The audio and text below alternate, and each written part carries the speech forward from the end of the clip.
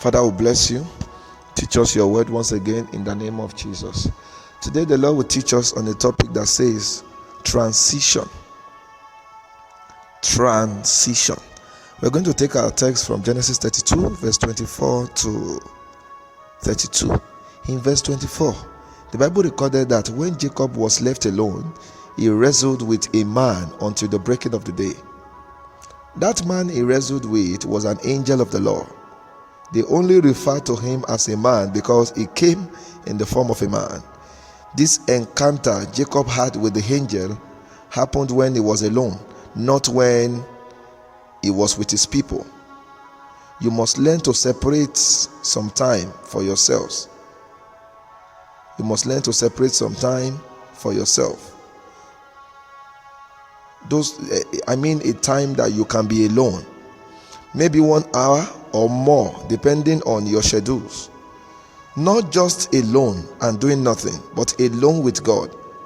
There are certain things you will never hear God. You will never hear God say until you are alone with Him.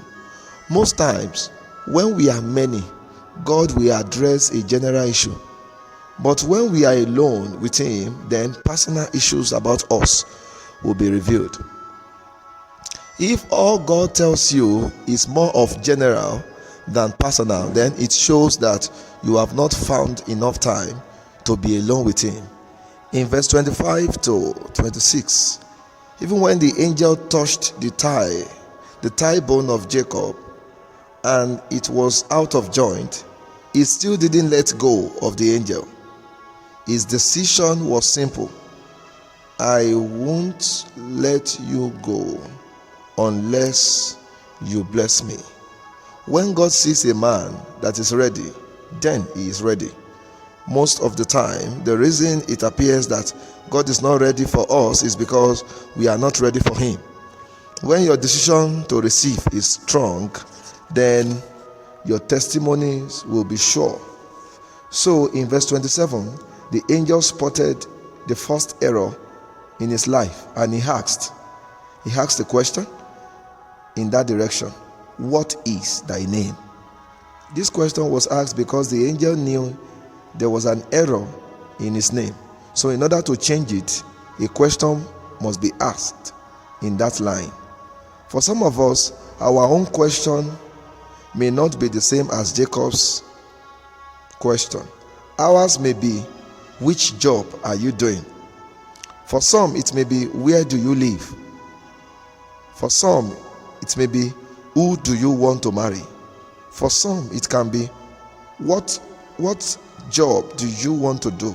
For some, it can be, which school are you going? Immediately Jacob mentioned his name.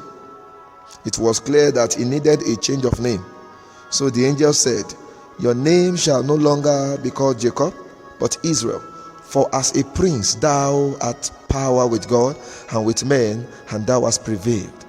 This statement reveals that Jacob has experienced victory, both physically and spiritually. In verse 29, Jacob demanded to know the name of the angel, but he refused to disclose his name. The angel only gave him his needs, not wants. Blessings was his need, but knowing the angel's name was just a want, because that will not add any value to him. Jacob called the name of that place Peniel, because he had seen God face to face and his life was preserved. You can see that in verse 30.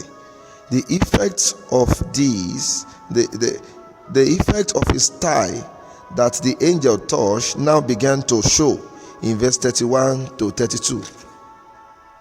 When he left Peniel, he came to another land called Penuel, and the sun rose upon him.